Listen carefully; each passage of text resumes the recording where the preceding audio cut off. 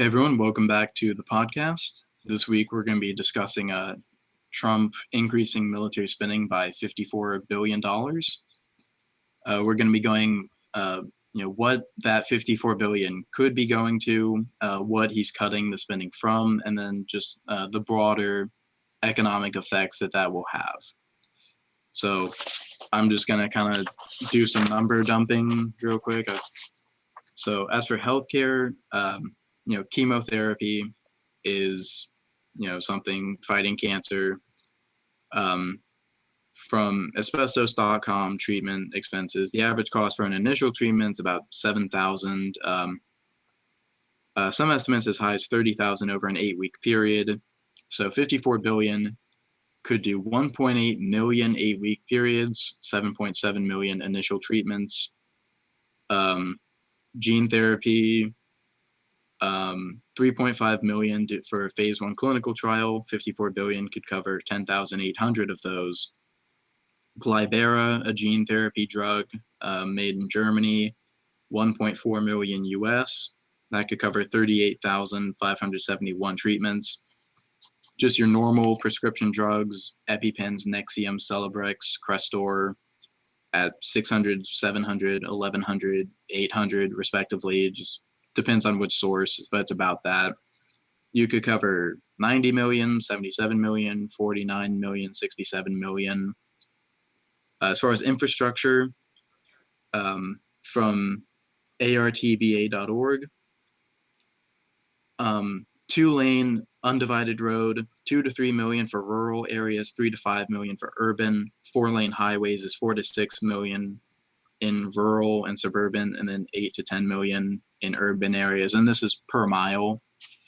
So you could have 18,000 miles of rural 2-lane roads, 10,800 miles of urban, 9,000 miles of rural 4-lane highways, and 5,400 miles of urban 4-lane highways.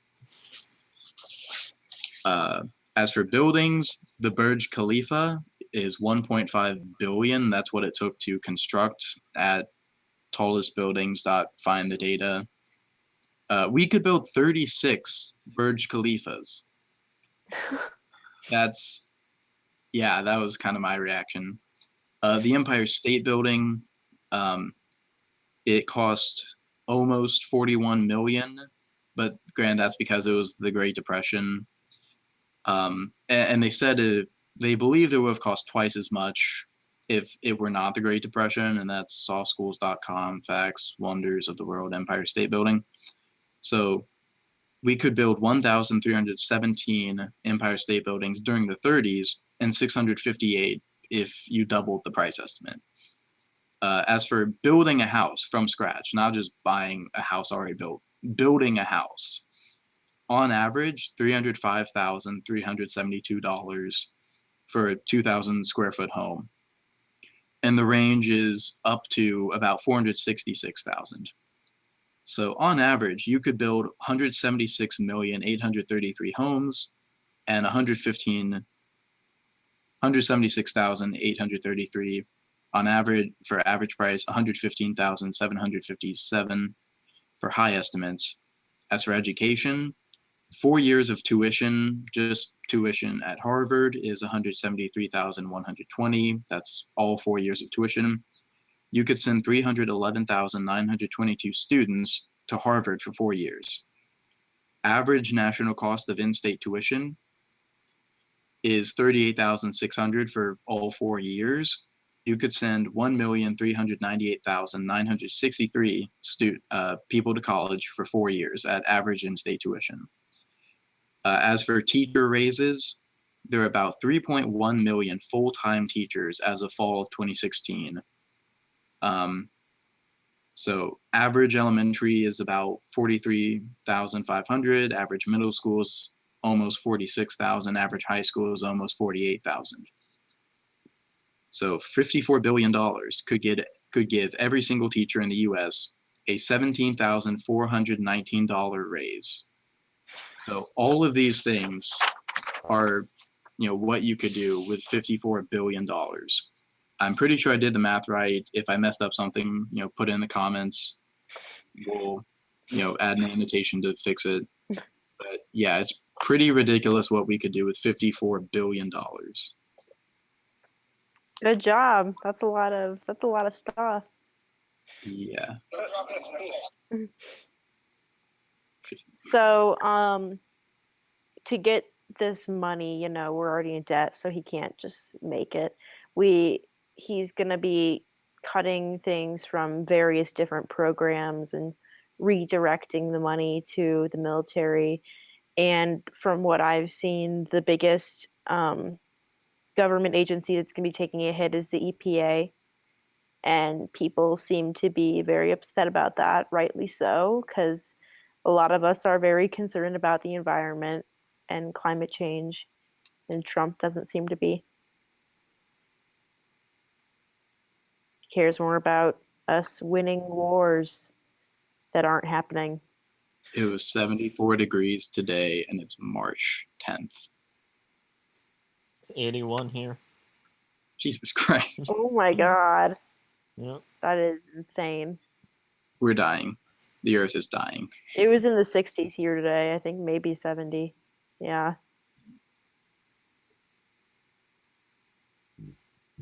So yeah, taking from the EPA, I think foreign aid. Yeah, foreign aid, and then $37 billion from the Department of State. So taking money from the EPA, foreign aid, and 36 billion from the State Department. Yep. Okay. Wow. So he's cutting more spending than he's putting back towards the military. Right. Which is kind of unfortunate because those programs and agencies, with the exception of foreign aid, I guess, would tend to spur more economic growth than military spending would ever. Yeah. But, I mean, I guess it's not really surprising because anytime a politician wants to increase spending, they're almost immediately pressured to cut spending from another agency. Yeah. And Yeah. the reason for this is kind of tricky, actually. The Congressional Budget Office can't use dynamic scoring, whereas the Joint Committee on Taxation can. So if you're not familiar with what dynamic scoring is, like essentially, if you want to make an economic forecast or analysis, you can either score it dynamically or statically. If you score it statically, then you're essentially just extrapolating the budget that we have right now onto the future economy and future economic growth. So if you want to increase spending by $40 billion, then the deficit's going to accordingly increase by $40 billion because economic growth isn't going to change at all. If you score it dynamically, then you're going to compensate for that growth. So that $40 billion increase might spur economic growth and widen the tax base, which means it might actually just push up the deficit only $20 billion rather than $40 billion, right? Mm-hmm. So what this translates into is the Congressional Budget Office, which sets spending, whenever they make an analysis, it looks like they're just driving up the deficit a bunch, whereas cutting taxes looks like it's spurring economic growth and widening the tax base, and it's great. So you're demonized for increasing spending, but cutting taxes is always just excellent. Mm-hmm. But I don't see why people are really concerned about the deficit in the first place, because I think it directly impacts the debt, but the two are completely separate. The deficit from... The deficit is just the difference between taxes and spending. Okay. Mm-hmm. So if But you we're already in spend debt. more than you tax, then you're running a deficit. All it is Mhm. just the amount of money that's created by the government, essentially.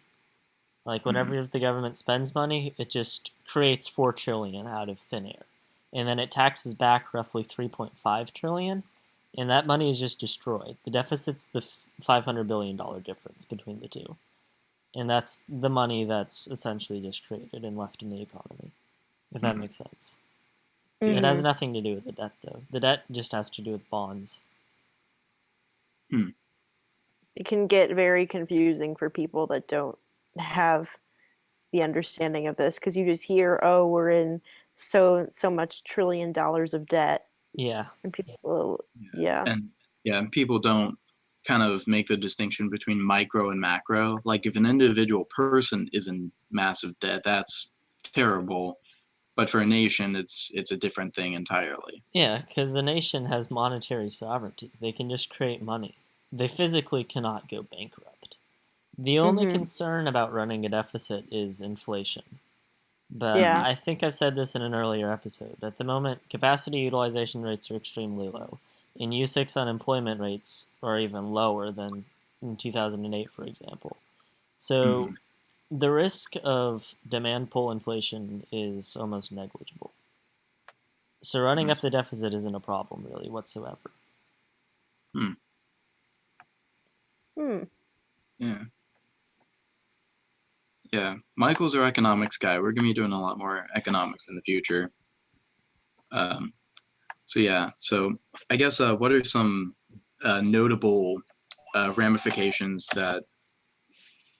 Sorry, my computer did something. Yeah. What are some notable effects that cutting spending from these departments and then also reallocating 54 billion to the military? What are some broader, maybe more long-term effects that this could have economically? Well, increasing military spending normally doesn't have that much of an effect unless you're like literally at war or something. I mean, Yep. like Boeing stocks are going to go up. Yeah. That's pretty much the extent of it. Just very exclusive stocks. It's not Hmm. going to have broader market effects, I wouldn't say.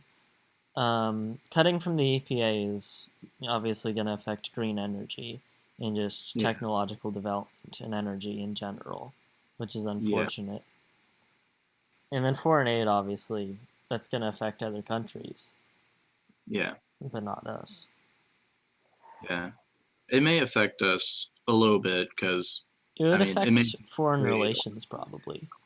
foreign relations and then they may be less willing to trade. It'll affect our kind of soft power. Like Yeah. there's hard power and soft power. Hmm. Like hard power is like your economy, your military, and then soft power is like your culture, your type of government, how other people perceive you. Like, International relations. yeah, international relations. Like Mm. America is like the king of hard power, like military, like economy, and then Canada is probably like the king of soft power. Like you can't hate Canada. They're just so goddamn nice.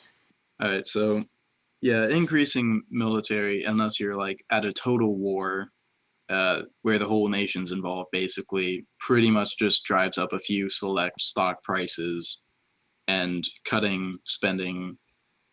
Um, EPA would affect green energy, which I actually want to do a video on the economic effects, like kind of the economy of green energy, but that would be a different video. And then it will affect our standing with other nations, our soft power. That pretty Well, well why covers not? this video. Okay. We're gonna try to do more economy based videos in the future. So like economics behind green energy, different schools of thought. Because correct me if I'm wrong, but I think your way of thinking, which I think is post Keynesian, Yeah. is yeah, it very much differs from the neoclassical economics that America typically follows. So yeah, Michael is economics like guru. He's teaching me actually economics. So we're definitely going to be doing economic videos of just pure schools of thought, pure philosophy, differences between different economic systems. So yeah, we're going to be doing that more in the future. And we're going to try to fit in domestic and foreign events as well. So, yep, that's the effects that Trump's military budget will cause, what we could and probably should be putting that money towards. And we'll see you guys in the next video.